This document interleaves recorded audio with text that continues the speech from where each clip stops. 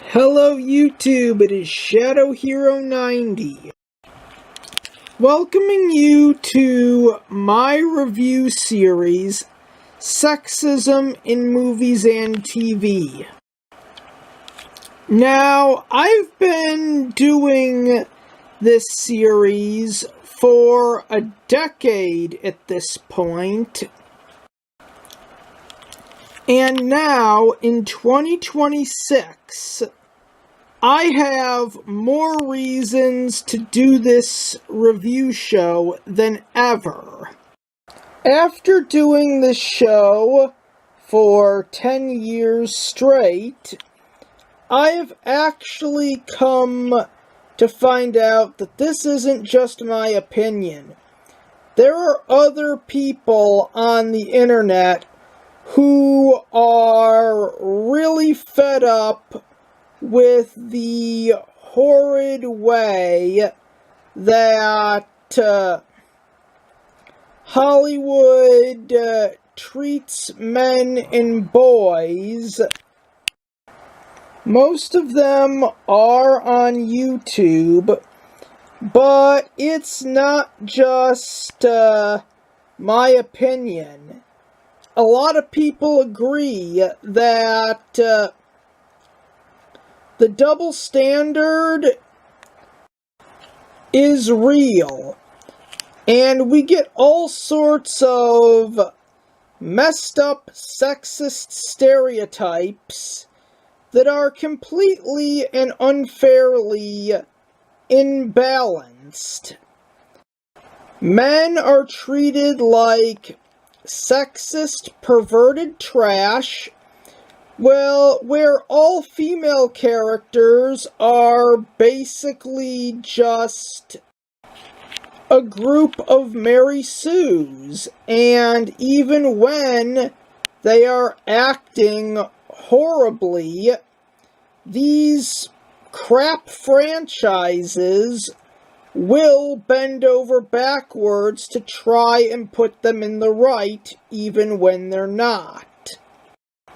It's not just my opinion. I have found a whole ton of other people who agree with me on this, who've noticed the obvious double standards.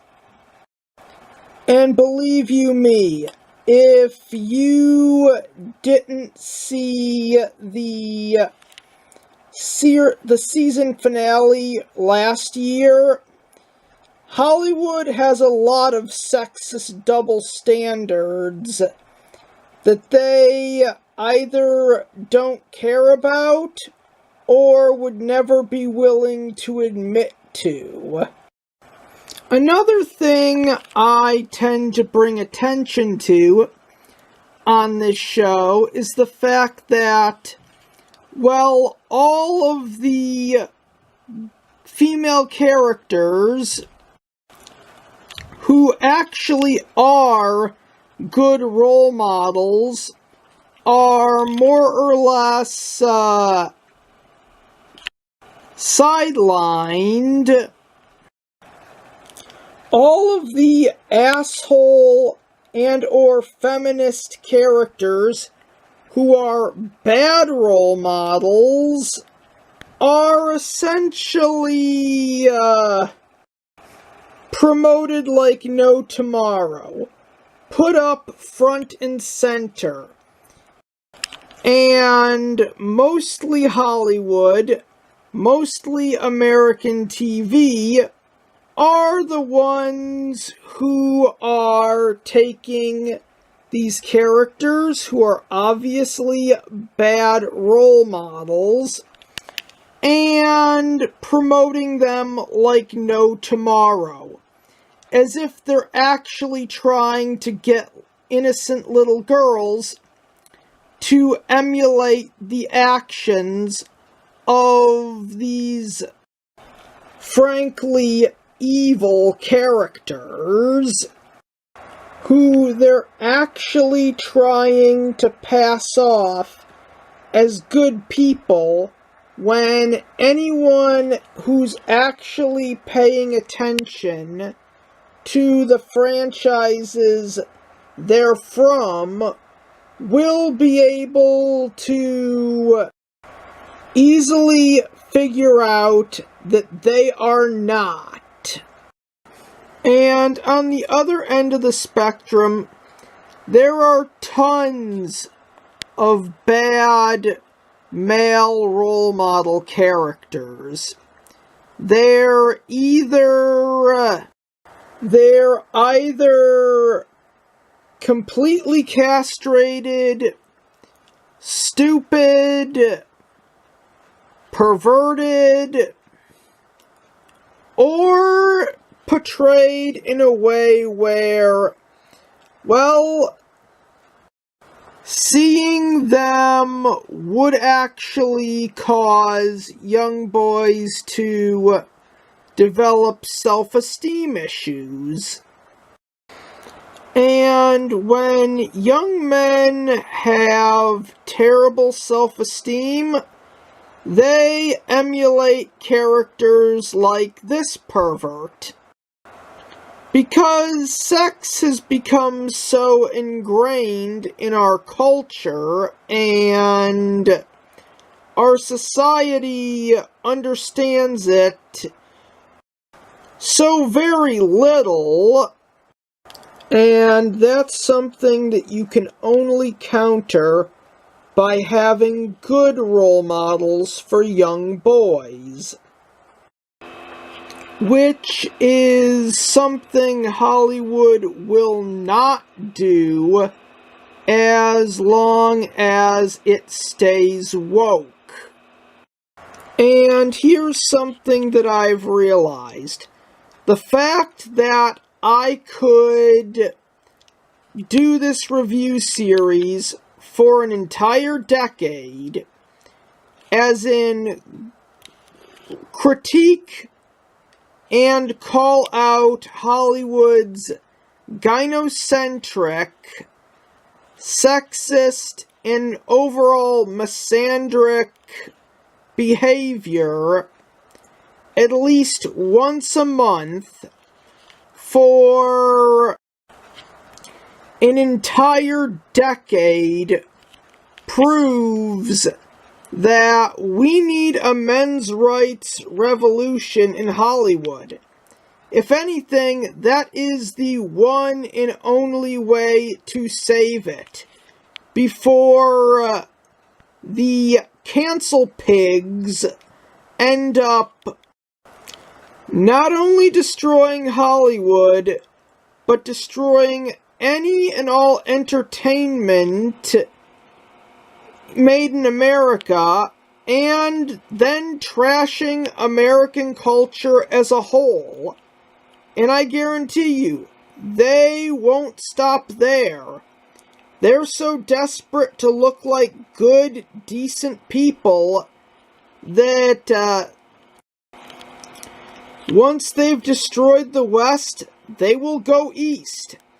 They will target Japanese culture, Chinese culture, Korean culture. They will find things in those cultures, mainly the entertainment that they've been producing, to call problematic and to rip apart. And the best way to stop that from happening is to stop them from destroying American culture first, by nipping the problem in the bud. And we do that with a men's rights revolution that forces Hollywood to make everything equal. How we do that is a story for another time. And with that all said and done, let's start the latest episode of Sexism in Movies and TV. The YouTube review series that calls out Hollywood's gynocentric and misandric double standards and has been doing so for 10 whole years.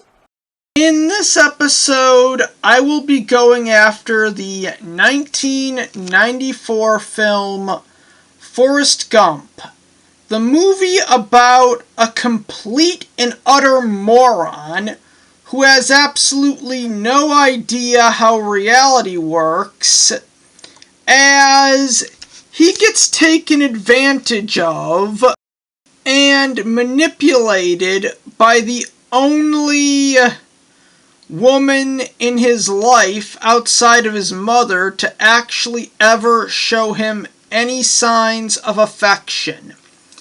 And yes,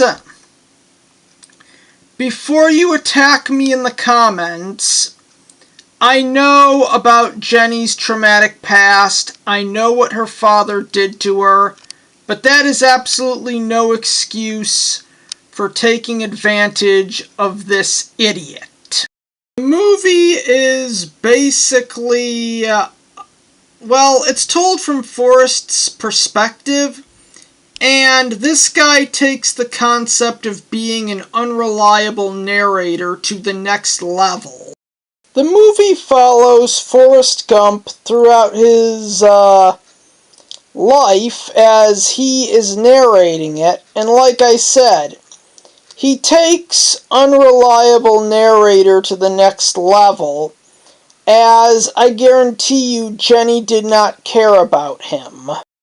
I've always been saying that if there was ever a sequel to Forrest Gump, it should take that fact and crank it up to 11. And Forrest Gump is a lot like Hank Hill in that regard. He's so obsessed with chasing an idea of what he thinks the American dream is that he's completely blind to the obvious reality around him. And in this hypothetical sequel, it would be about Forrest kind of learning that his entire life was a lie. High school football team. We find out through other guys who were on the team that Gump was so incompetent, he constantly scored for the opposing team. Forrest was so incompetent that he scored for the other team in almost every match. He cost a lot of guys football scholarships, and they had to get into college by actually studying. And he also was so terrible and stupid that he could not follow any of the coach's orders and cost a lot of these guys their chances of becoming professional athletes.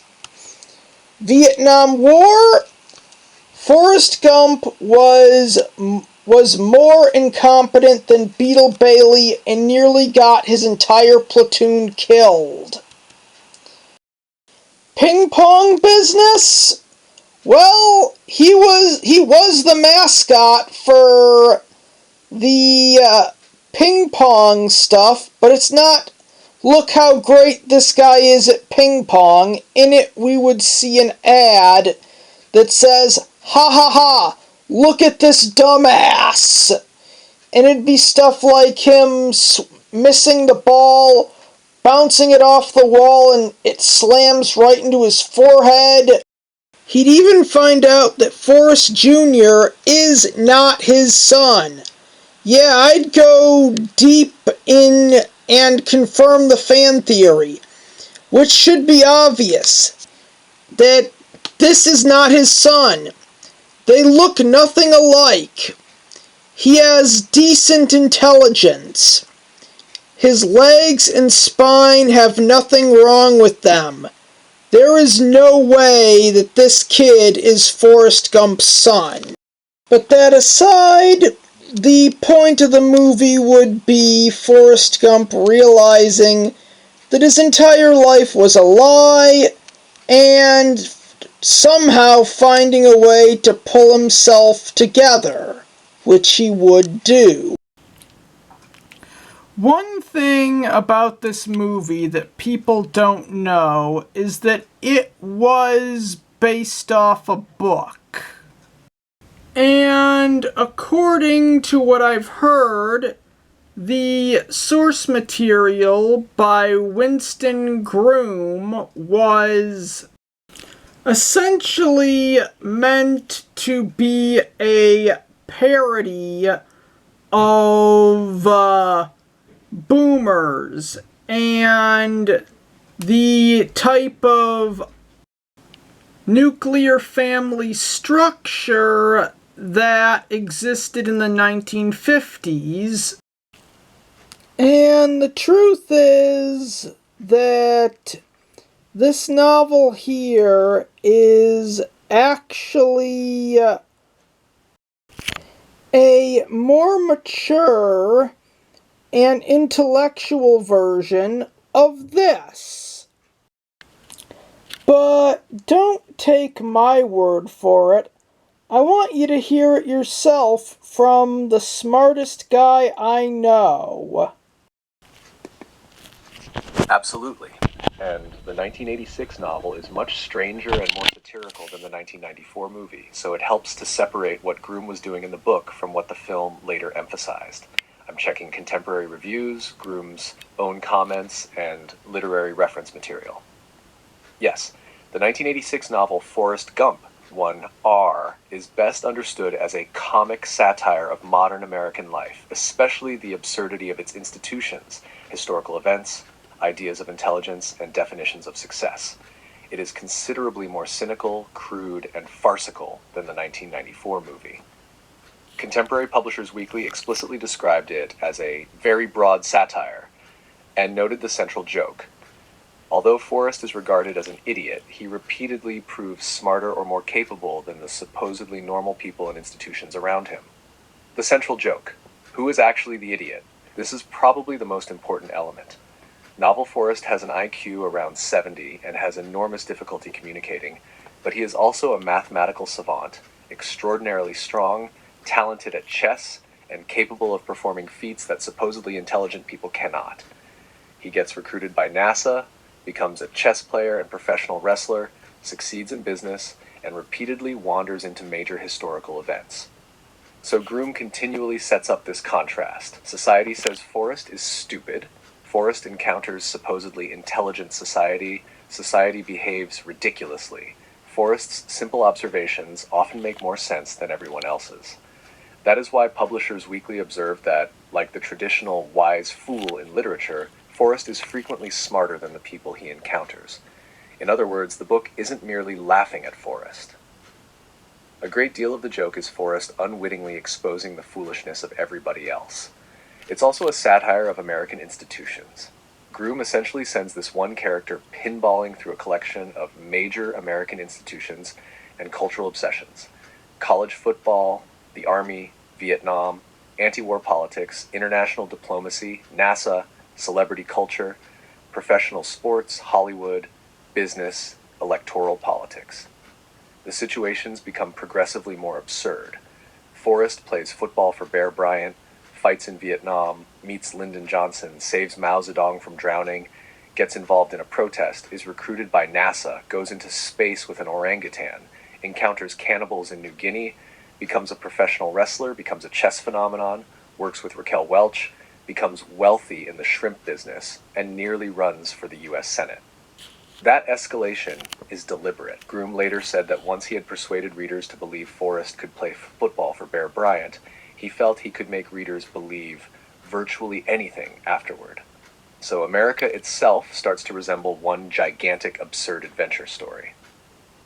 There's a strong Candide-like quality. A very useful comparison is Voltaire's Candide.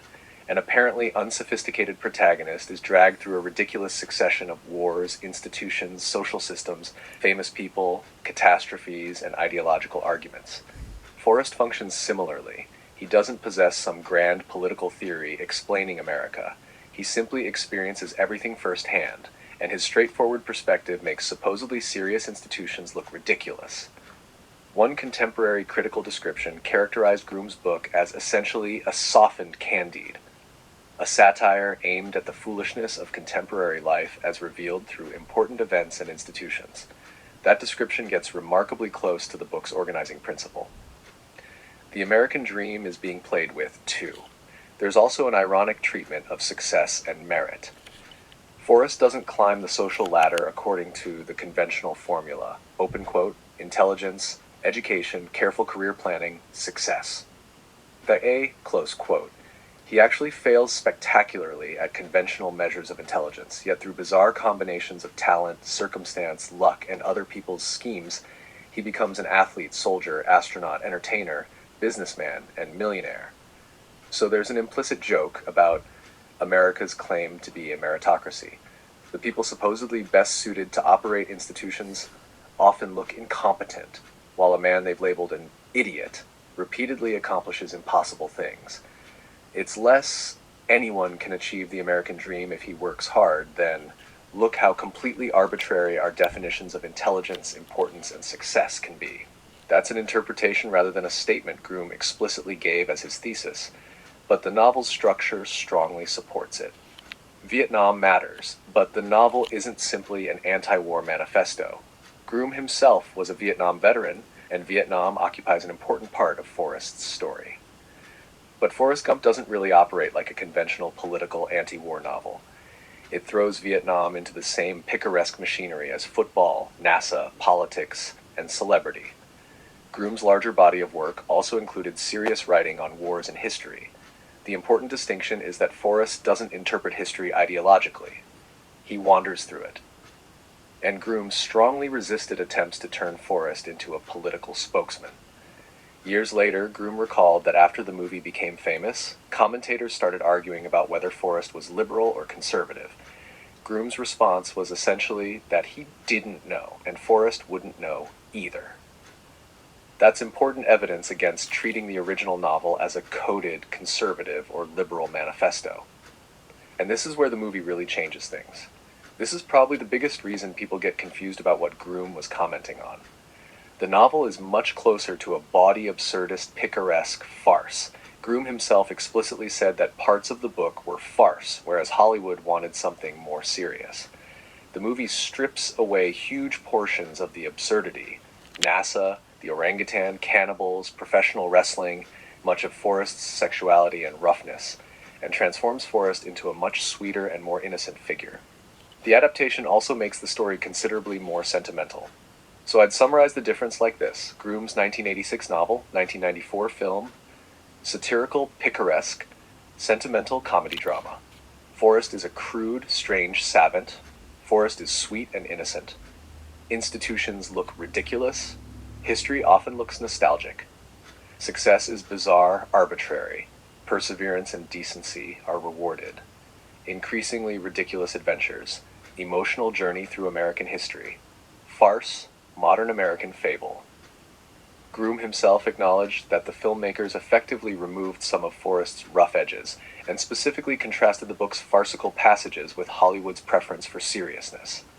So, reduced to one sentence, Forrest Gump is essentially a satire in which a man society calls an idiot wanders through the supposedly sophisticated institutions and defining events of modern America, and repeatedly reveals that the world around him may be considerably more idiotic than he is.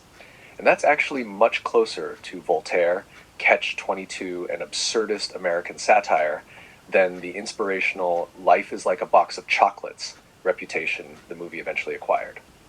Groom was even moving in New York literary circles with writers including Joseph Heller and Kurt Vonnegut before writing Gump. So yeah, it should be pretty obvious that when Paramount essentially got the rights to make Forrest Gump into a movie, they turned him into a completely different character. And I guarantee you that we would never get a Forrest Gump reboot or a TV series or a TV special that accurately portrays Forrest Gump the way he is in the novel. I guarantee you, if they did that today, the Karens would have a mental breakdown. Okay, I'm just gonna say it. Forrest Gump is essentially Hank Hill before King of the Hill was ever made. When you think about it, they've actually got a lot in common. Both of them are chasing after this idealized and romanticized idea of what they think the American dream is, to the detriment of both their characters. Hank Hill neglects his son. He's so busy working at Strickland Propane and building this illusion of, that romanticized idea of the American dream, that he neglects his son. Yeah, Bobby is the way he is for a reason. He bends over backwards for attention because Hank does not pay attention to him at all. And the truth is, Hank is only doing this to present himself as masculine, so he can actually prove his father, who you could easily argue is the show's villain, wrong. Where Forrest Gump, on the other hand, is the other side of the coin. He's so blind to reality, chasing this idealized version of what he thinks the American dream is, which means being married to Jenny, that he does not even realize for a minute that Jenny is just taking advantage of him. And the thing is, the only reason that this guy is so obsessive when it comes to Jenny is because she was the only one who was nice to him during their first year of school. If she had acted like all the other kids and had made fun of the back brace and the leg braces he needed to wear, I'm pretty sure that skip ahead at least 2 decades and he would have wanted nothing to do with her. Jenny is a bitch. I know that a lot of people on this platform have said that, but it really is true. And before any of you attack me in the comments, I'm going to get the elephant out of the room. Yes, I know about Jenny's dad. I know what he did to her. And I know how the idiotic book version of Forrest interpreted it. And how this overglorified baboon got this bitch's situation and what happened to her completely backwards and didn't understand a single thing of what she went through. But that really doesn't justify her stringing him along like a puppy on a leash, constantly pretending that she's interested in him whenever she sees him, but never seeing him as good enough, and always turning down either spending time with him and or his marriage proposals. And it's only when she has both a kid and an uncurable disease does she even call Forrest. Now, in all fairness, I'm just gonna say it. She's only using him, and she is a terrible mother. She knows that Forrest Gump is a complete idiot, but she knew he had money, and just wanted an easy couple of years until she eventually died, and in exchange for those easy years, she was going to leave her kid, who she named after this idiot, probably not until she called him. It would not surprise me if Forrest Jr. was not this boy's real name. But beside the point, she left her son to be raised by this idiot who has all sorts of backwards, outdated values. Being raised by Forrest Gump, a moron with all sorts of backwards 1950s values, is the kind of thing that would completely ruin this kid's life. Andy Taylor from The Andy Griffith Show kinda had the same problem. The show wanted to say that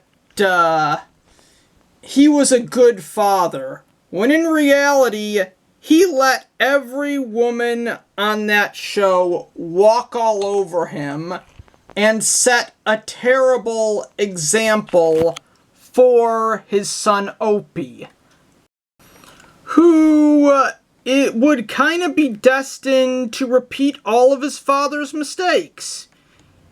As the 60s move into the 70s, Opie would have had one bad relationship after another, each woman walking all over him and treating him like crap. Because of Andy's horrible style of parenting, and the fact that he never remarried, well, if Mayberry was ever to make a comeback on TV, it would kind of show how its idiot sheriff was such a bad father that his son went through multiple, at least 5 marriages, all ending in a divorce, and multiple relationships that end in divorce, because Opie was raised to put the women in his life on pedestals. They never respected him, took advantage of him in one way or another, and each one of them treated him like absolute fucking dog shit. In almost every episode of this series, I ask the question, what would it look like if the genders were flipped? And it'd be pretty hard to realistically depict a gender-swapped equivalent to the situation that Jenny put Forrest Gump through, but I think I found the answer. And it comes from the Loud House of all places. Now, just work with me here. I want you to picture a hypothetical episode of the Loud House where some rich douchebag more or less offers Lenny essentially her own show on TV that revolves around fashion if she can complete a whole ton of field athletic courses. And she does it. None of them are easy, and time again, Lenny kind of gets pounded or put through some sort of slapstick-style physical trauma, and it's obvious that it's all for this rich douchebag's entertainment. He views himself as a king, and he views Lenny as his court jester. At the end of the episode, the rich douchebag dies, and normally in this situation, the Loud family would sue his corporation and get Lenny her fashion-themed TV show. But, well, the company went bankrupt. Everyone got what little paychecks they earned early and left. So there's really nobody left to sue. The only thing Lenny now has is a bunch of injuries, hospital bills to pay, and her reputation on both TV and social media as a complete idiot who was manipulated by a rich douchebag, strung along like a puppy on a leash, and then punched in the face by the metaphorical fist of reality. Given how, ironically, both the film adaptation of Forrest Gump and The Loud House were made by the same company, and the fact that on The Loud House, the girls are allowed to run rampant and make Lincoln's life a living hell, but the minute he tries to stand up for himself, the show puts him through even more pain. They would never let an episode like this get made. They are far too scared of the Karens, and by Karens, I mean bad mothers who want TV, internet, and smartphones to raise their kids, but at the same time, they want to control everything that their kids see on those screens, because if Nickelodeon made a episode of The Loud House like the one I just proposed, I guarantee you the Karens would rip Nickelodeon and Paramount Pictures apart. I'm just gonna end it here. Paramount really screwed up when they made this. They were supposed to adapt this into a movie. And yeah, this is more than an accurate representation of what would happen if the actual original version of Forrest Gump from the novel met the movie version played by Tom Hanks. In fact, that whole scenario could easily be a Robot Chicken sketch.